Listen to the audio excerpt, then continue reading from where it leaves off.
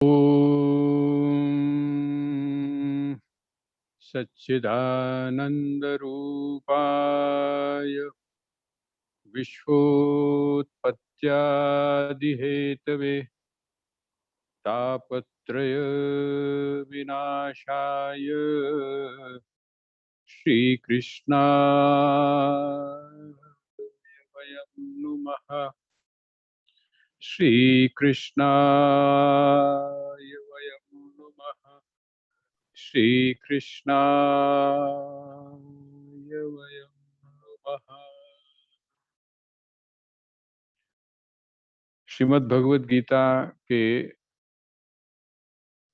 इस स्वाध्याय सत्र में आप सभी का हार्दिक स्वागत है।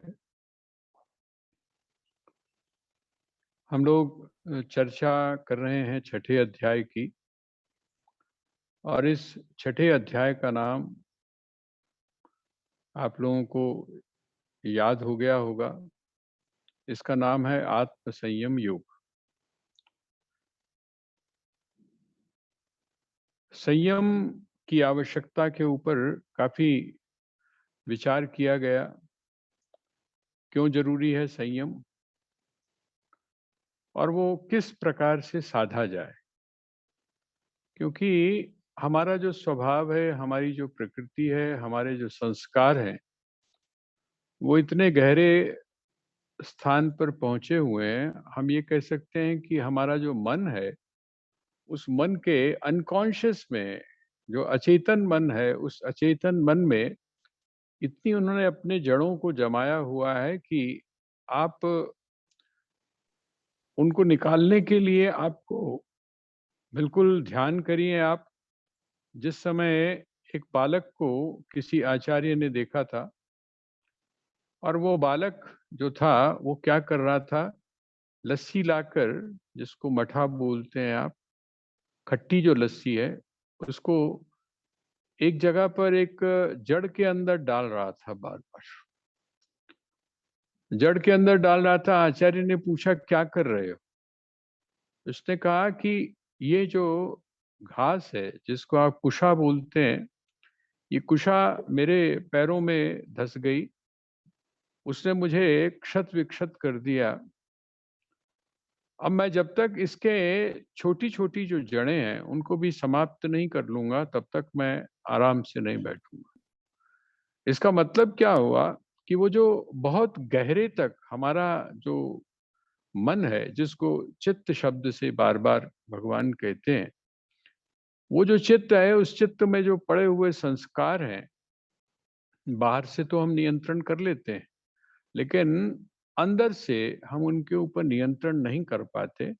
और जब अंदर से उस पर नियंत्रण नहीं कर पाते, तो जिसको बोलते हैं कि खरोच खरोच कर, जहां पर भी वो छुपा हुआ है, जहां पर भी उसकी थोड़ी सी भी मात्रा है, वहां से निकालने के लिए कौन सी विधि, कौन सी प्रक्रिया अपनाई जाए। कभी कभी तो आप अपने कपड़ों को, यदि उस पर गंध ज्यादा नहीं है, उस पर गंदगी ज्यादा नहीं है, उस पर तेल नहीं है लगा हुआ, चिकनाई नहीं है, तो सिर्फ जल से ही काम चल जाता है।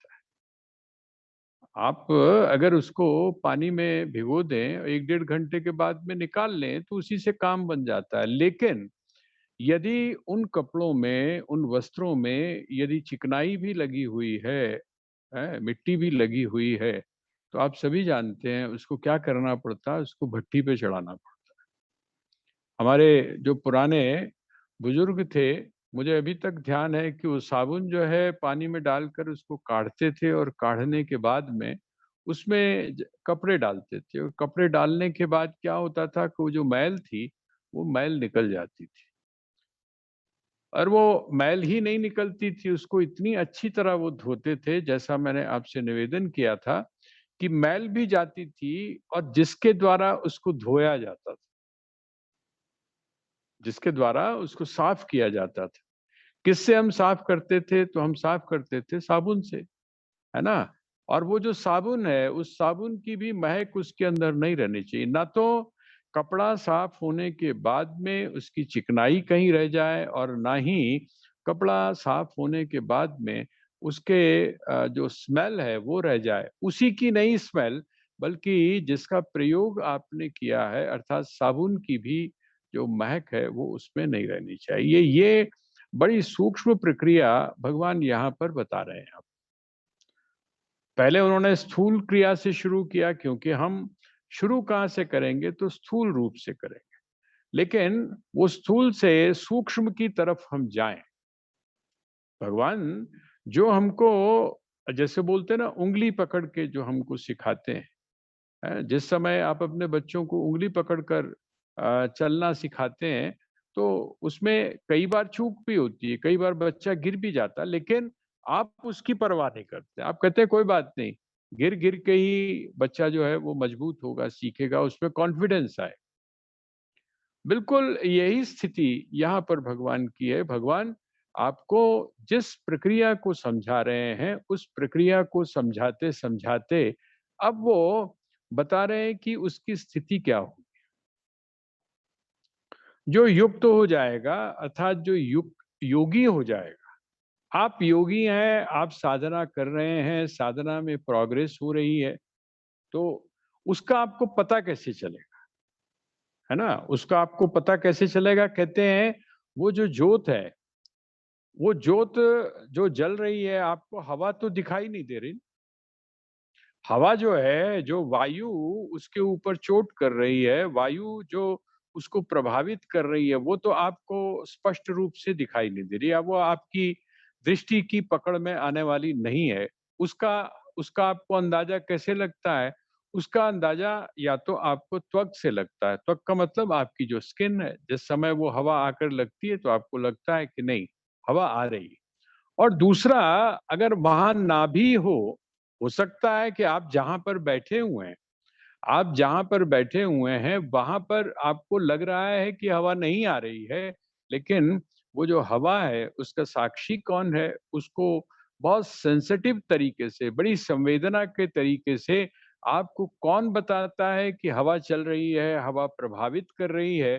तो कहते हैं वो जो ज्योत है, वो जो आपके सामने ज्योत जल रही है, वो ज्योत आपको बताती है कि हवा चल रही है, हवा का प्रभाव इसके ऊपर हो रहा है, हवा की तीव्रता कितनी है, हवा की गति कितनी है। आपने यदि ट्रेन पे कभी सफ़र किया हो एसी के अलावा, थर्ड क्लास में, है ना? अगर आपने कभी सफ़र किया हो या आपने अगर कभी बस में सफ़र किया हो, जहाँ पर खिड़कियाँ खुलती और बंद होती हैं, तो हम सभी एक दौर से गुज़रे होंगे और वो दौर क्या होता है कि कहीं खिड़की में से अगर हल्की-सी भी जगह है, हल्का-सा भी स्थान है, तो उसको वो हवा इतनी तेज लगती है कि आपको बाकी सब बंद है। पूरा डब्बा बंद किया हुआ है, डब्बे के आपकी जो बोगी है उसका दरवाजे बंद किए, सब कुछ बंद किया है, लेकिन आपकी खिड़की भी बंद है। पर वो जो खिड़की बंद है उसमें से लगने वाली जो हवा है उसका अंदाज़ा आपको लग जाता है। इसी प्रकार से वो जो सूक्ष्म, कहीं न कहीं सूक्ष्म रूप से आपके ऊपर जो विचार प्रभाव डाल रहे हैं, उसका पता किससे चलता है? कहते हैं उसका पता चलता है आपका चित्त जो है वो हिलता है या नहीं हिलता है। आपके अंदर कहीं किसी तरह की बेचैनी होती है या नहीं? और देखिए, वो बेचैनी आप ध्यान रखिएगा, आपको दोनों पक्षों में होती है, दोनों तरफ होती है। सुख में भी होती है बेचैनी और दुःख में भी होती है। सुख का मैंने आपको बता दिया था 18वें अध्याय में, आपने 18वें श्लोक में आपने पढ़ा था और उसका हमने विश्लेषण भी किया था। निस्पृह अर्थात स्पृहा ना रह जाए। आपके अंदर किसी भी प्रकार की लालसा, किस चीज़ की लालसा? तो सुख की लालसा। ये जो सुख है, ये सुख भी आपको विचलित करता है और जो दुःख है, ये भी आपको विचलित करता है। सुख जो है वो आप में स्पृहा जगाता है, आप में लालसा पैदा करता है और दुःख जो है वो आपको उद्विग्न करता है। सुख जो है आप ऐसा समझ लीजिए जैसे कि आपको किसी ने आगे की तरफ जिधर आप जा रहे हैं, आपको कोई बड़ी तेजी के साथ में धक्का दे दे उधर की तरफ या पीछे से आपको पकड़कर अगर उधर की तरफ ठेले, तो आपको वो भी परेशानी होती है और तब भी परेशानी होती है जब आपकी गति को, आपके मूवमेंट को कोई चीज बाधा बनकर रुकती है। तो यहाँ किसी भी तरह का, इसका मतलब वो कहते हैं, भगवान कहते हैं कि आप अपनी चित्त की स्थिति को ऐसी जगह ले जाएं जैसे कि वो जो दीपक है, उस दीपक के ऊपर किसी भी प्रकार की हवा का प्रभाव ना पड़ता हो, ना बाहरी हवा का प्रभाव पड़ता हो, अर्थात ना बाहरी चीजों का, इंद्रियों का विषय के साथ जो संबंध होता है, उस संबंध से जो आने वाली चीज है, वो जो हवा हम बोल सकते हैं जो हमको हिलाती है, उसका भी प्रभाव नहीं पड़ता है। और आपके भीतर जो आपके चित्त को हिलाने वाली चीज है, उसका भी प्रभाव आपके ऊपर नहीं पड़ता है। इसको हम अगर बड़ी सीधी भाषा में बोले, इसका मतलब जितने आप स्थिर होते जाते हैं। योग का अर्थ क्या है? योग का अर्थ है आपको स्थिरता देना। योग का अर्थ है आपका जो चित्त है, आपका जो मन है, उसको स्थिरता देना। उसमें स्थिरता आ जाए, बाकी तो जो कुछ होना है वो आपको अपने आप ही होगा। अगर उसमें स्थिरता आ गई, तो वह जो सूक्ष्म तत्व है, जो आपके हिलने के कारण, छोटी-छोटी बातों पर विचलित होने के कारण आपको वह सूक्ष्म तत्व का अनुभव नहीं हो रहा है, आपको वो अनुभव होना शुरू हो जाएगा। जो ध्यान है, जिसको आप ध्यान बोलते हैं, जिसको आप मेडिटेशन आज की भाषा में बोलते हैं, या जिसको आप योग बोलते हैं, इस योग का उद्देश्य क्या है? योग का उद्देश्य वो नहीं है, जैसा मैं आपसे निवेदन कर चुका हूँ, कि ज़्यादा से ज़्यादा भोग की प्राप्ति। क्योंकि जब आप भोग में जाएँगे, तब आपके मन में जो चित्त है, उसके ऊपर इस वायु का प्रभाव होगा, जैसे कि दीपक के ऊपर। लेकिन जो योग है, भगवान जिस योग की चर्चा कर रहे हैं, और इसका मतलब क्या हुआ? श्रीमद् भगवत गीता का उद्देश्य क्या हो गया? श्रीमद् भगवत गीता में जिन योगों की चर्चा की गई है, उनका लक्ष्य क्या है? कि आपकी जो चित्त की वृत्ति है, उसमें किसी भी प्रभाव का जो प्रभावक है, चाहे वो बाहरी है, चाहे वो आंतरिक है, उसका प्रभाव न पड़े। आपका जो निश्चय है, आपका जो अनुभव है, वो आपका अपना हो। है ना? आपने कई लोगों को देखा होगा, उनका अपना निश्चय नहीं होता है। किसी ने कुछ कह दिया तो हमने उसकी बात मान ली, उसके अनुसार चल सके, फिर दूसरे ने कुछ कह दिया। इसका मतलब आपका निश्चय जो है वो पक्का नहीं है। आपको यही नहीं पता है कि कौन-सी चीज़ स्थिर है, कहाँ पर स्थिरता हमको आनी चाहिए। कौन-सा निर्णय ऐसा है, जिस निर्णय के आधार पर हमको अपने जीवन के कार्य करने हैं, या हमको अपने लक्ष्य को स्पष्ट करना है, पता ही नहीं है। कभी आप फिज़िक्स ले लेते हो, कभी आप आर्ट ले लेते हो, कभी आप मेडिकल में घुस जाते हो, कहीं आपको पता ही नहीं है। ऐसा जो विद्यार्थी है, वो अपने जीवन में क्या करेगा, वो ना इधर का रहेगा और ना ही उधर का रहेगा।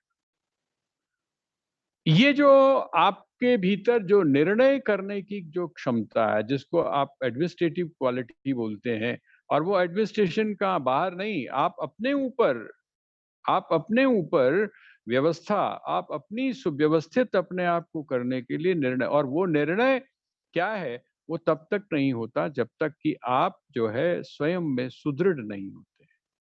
जब तक आप लोटे की तरह, है ना? वो जो लोटा होता है, कभी इधर हो जाता है, कभी उधर लुढ़क जाता है, ऐसा नहीं, स्थिर आपके पास में नहीं है। वो स्थिरता कौन देता है आपको?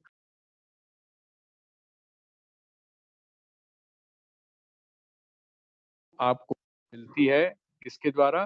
तो वो मिलती है आपको श्रीमद् भगवत गीता के द्वारा, या योग के द्वारा। योग का यही उद्देश्य है। योग का उद्देश्य ज़्यादा से ज़्यादा भोगों को प्राप्त करना नहीं है। योग का उद्देश्य है भोगों से ऊपर उठकर और अपने अंतःकरण को, अपने मन को, अपने चित्त को विशुद्ध करना, उसमें से कल्मषता को हटाना, और आपका हृदय कलुषता से हट गया है। अर्थात आपके हृदय में जो है वो रोग नहीं रहा है, उसकी पहचान क्या है? आप क्या बोलते हो? यार तेरी शक्ल तो लगदा पिया है कि कुछ बीमारी है। वो जो बीमारी है या वो जो रोग है वो आपके चेहरे के ऊपर झलकने लगता है, ठीक है? और इसका मतलब क्या हुआ, जब वो रोग आपके चेहरे के ऊपर झलकने लगता है, तो जिस समय आप निरोग हो जाते हैं, अर्थात जब आप स्वस्थ हो जाते हैं, तब वो भी आपके ऊपर, भाई तेरे चेहरा देख के लग रहा है कि अब तेरी तबीयत जो है वो धीरे-धीरे करके ठीक हो रही है। तेरे बातचीत से लग रहा है कि अब जो है तुम्हारी तबीयत ठीक हो रही है। बच्चा जो है उसका चिड़चिड़ापन चला जाता है, तो हम कहते हैं कि नहीं अब ठीक। कहाँ से पता चला? आपका जो चेहरा है, आपकी जो आँखें हैं, उन आँखों में आई जो चमक है, आपके चेहरे के ऊपर दिखाई देने वाली जो प्रसन्नता है, आपका जो व्यवहार है, आपकी जो वाणी है, आपका जो उठना है, आपका जो बैठना है, आपका जो चलना है, उससे पता चलता है कि आप में स्थिरता आ गई है। तो यहाँ भगवान ने श्लोक नंबर 19 अध्याय नंबर 6 और श्लोक नंबर 19 जो है उसमें उन्होंने कहा, यथा दीपो निवातस्थो नेंगते सोपमा स्मृता योगिनो यत चित्तस्य युंजतो योगमात्मनः। कहते हैं जो व्यक्ति योग की साधना करता है उसका क्या होता है, चित्त जो है, यत चित्तस्य, जिसका अपने चित्त के ऊपर निग्रह है, जिसका चित्त स्थिर हो चुका है, ऐसा जो व्यक्ति है उसके चित्त की स्थिति बिल्कुल वैसे ही हो जाती है जैसे बिना वायु का क्या है, तो कहते हैं बिना वायु का जैसे दीपक होता है, उस दीपक की जो लौ है वो जिस प्रकार से वो होती है। दूसरा मैंने आपको एग्जाम्पल दिया था कि जब आप सुदृढ़ हो जाते हैं, आप में जब स्थिरता आ जाती है, आप एक प्रोसेस से जब गुजर जाते हैं, एक प्रक्रिया से जब आप गुजर जाते हैं, तब आप क्या हो जाते हैं? पहले तो आप दीपक थे, जो थोड़ा-थोड़ा हिल जाते थे, लेकिन जिस समय आप दीपक से क्या बन गए? अब आप मणि बन गए। ध्यान है ना आपको? मैंने रामचरितमानस की एक पंक्ति आपके सामने कही थी, राम नाम मणिदीप धर, जीह देह दी द्वार, और तुलसी भीतर बाहरेऊ, जो चाहत उजियार। वो कहते हैं वो जो दीपक है, वो दीपक भी आप यदि देहरी के ऊपर रख देते हैं तो और भीतर और बाहर प्रकाश होता है। लेकिन आप उसको देहरी पे क्यों नहीं रखते हैं? आप इसलिए नहीं रखते हैं कि देहरी पे रखेंगे तो बुझने का डर है, क्योंकि हवा चल रही। एक आपने और सुना होगा मानस में, वो बड़ी विलक्षण सी बात है। कहते हैं जो देवता हैं, आपने आमतौर पे एक बात तो ज़रूर सुनी होगी कि जब कोई तपस्या करता है, जब कोई तप करता है, तो सबसे ज़्यादा जो भय है वो किसको होता है? सबसे ज़्यादा जो भयभीत है, वो कौन है? जब भगवान शिव समाधि में चले गए, तो उनको किसको लेकर? तो इंद्र जो है। इसका मतलब जो इंद्र है, अर्थात जो देवता हैं, वो देवता क्या करते हैं, देवताओं को ये डर लगता है कि ये नया कोई ऐसा व्यक्ति है जो देवत्व को, अर्थात ईश स्थिति को प्राप्त करने वाला है, तो वो क्या करते हैं, बाधा डालते हैं। वो बाधा आप ऐसा भी मान सकते हैं कि ईर्ष्यावश डालते हैं, और वो बाधा आप इस तरह से भी कह सकते हैं कि वो आपकी परीक्षा लेना चाहते हैं। दोनों ही एंगल है। जिस समय सती तप कर रही थी तो उसकी परीक्षा लेने के लिए आए, तो आप उसको परीक्षा भी बोल सकते हैं। लेकिन दूसरे एंगल से यदि आप देखें तो तो वहां पर क्या कहा उन्होंने, आपके जितनी भी इंद्रियां हैं उन इंद्रियों के अलग अलग देवता है। इंद्रिय द्वार झरोखा नाना। आपके जो इंद्रियों के जो द्वार हैं, ये ऐसे हैं जैसे खिड़कियां हैं, और उन खिड़कियों के ऊपर कौन बैठे हुए हैं? देवता बैठे हैं। जिस समय आप योग की साधना में बैठते हैं, तो वो क्या करते हैं? खिड़कियों को खोल देते हैं। और जब खिड़कियों को खोलते हैं तो बाहर जो चलने वाली हवा है, वायु है, वो अंदर प्रवेश करती है और उसको क्या कर देती है? बुझा देती है। कहते हैं लेकिन एक स्थिति ऐसी आ जाती है, वो स्थिति कौन-सी है? वो स्थिति है स्वामी राम की। स्वामी राम क्या कहते हैं? कुंदन के हम डले हैं, जब चाहे तू गला ले, बाबर न हो तो हमको ले आज आजमा ले। कहते तू अपने आप को बड़ा शक्तिशाली समझता है? हैं? तो आजा भाई, अजमा ले, तू हमारी परीक्षा ले ले। आपने स्वामी जी के जीवन की एक घटना तो सुनी होगी। वो आत्मबल की और आत्मविश्वास की, उनके विद्यार्थी जीवन की घटना है। हम उसको लेते हैं, विद्यार्थियों के लिए लेते हैं, लेकिन उसका जो सबक है, उसका जो उपदेश है, वो उनके लिए भी बहुत इम्पोर्टेंट है, जो लोग क्या कर रहे हैं, अध्यात्म की साधना कर रहे हैं। वो कहते हैं कि जो प्रश्न पत्र था, उस प्रश्न पत्र में लिखा हुआ था कि ये जो 7 सवाल हैं, इन 7 सवाल में से कोई भी 5 करें। कोई भी 5 करें। तो स्वामी जी ने क्या किया? स्वामी जी ने किया, सातों के आंसर दे दिए और उसके बाद में लिखा उसके नीचे कि कोई भी 5 जांच लें।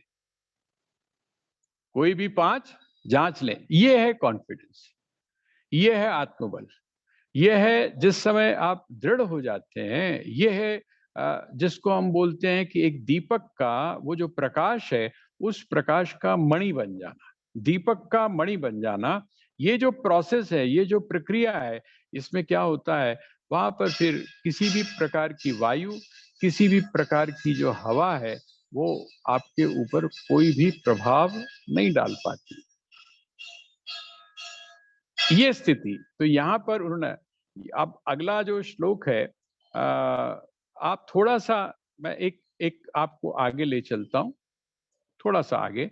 आप श्लोक नंबर 22 देखिए, अगर आपके पास पुस्तक है तो आप श्लोक नंबर 22 देखिए। और 22 का, श्लोक नंबर 22 का की जो दूसरी पंक्ति है, उसको आप देखिए। यह है, यम लब्ध्वा चापरम लाभम मन्यते नाधिकम ततः यस्मिन् स्थितो न दुखेन गुरुणापि विचाल्यते। भाई, आप तो यही चाहते हैं ना अपने जीवन में कि किसी भी प्रकार का दुख ना हो। इसको 2 तरीके से कहा जा सकता है। हम चाहते हैं हमको अपने जीवन में आनंद की अनुभूति हो, हमें सुख नहीं चाहिए। क्यों नहीं चाहिए सुख?